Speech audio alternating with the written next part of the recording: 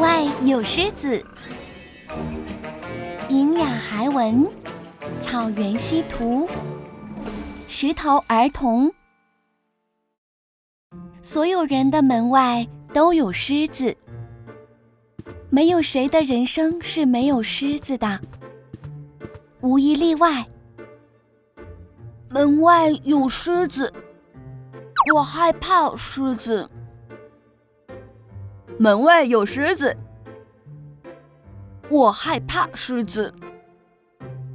门外有狮子，所以我不能出去。门外有狮子，可我还是想出去。狮子有又大又尖的牙齿。狮子有又大又尖的牙齿，我可不能成为被轻易搅碎的肉。狮子还有锋利的爪子。狮子还有锋利的爪子，我可不能被钩爪抓住。门外有狮子，我害怕狮子，所以不能出门。门外有狮子，要是因为害怕狮子就不敢出去，那我就什么都做不了。如果不走出这扇门，我就永远无法知道外边有什么，无法知道世界是什么样的。我想去看看外面的世界，想了解这个世界，不能总是这样躲在家里。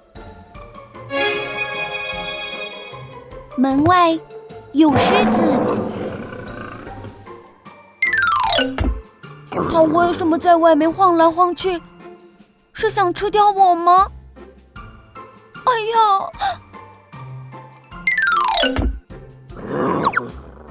它为什么在外面晃来晃去？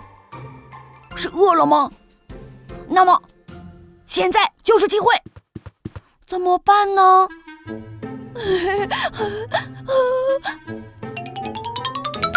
让香喷喷的味道飘出去吧！怎么办呢？来吃这个吧！嘿，就是现在！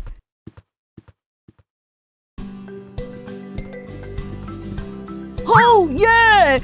终于出来喽！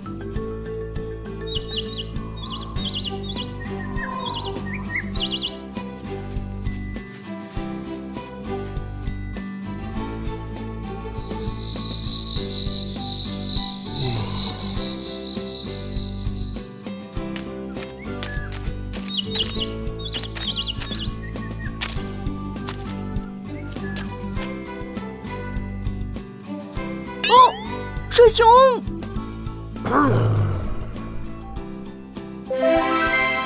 这个难题又该怎么解决呢？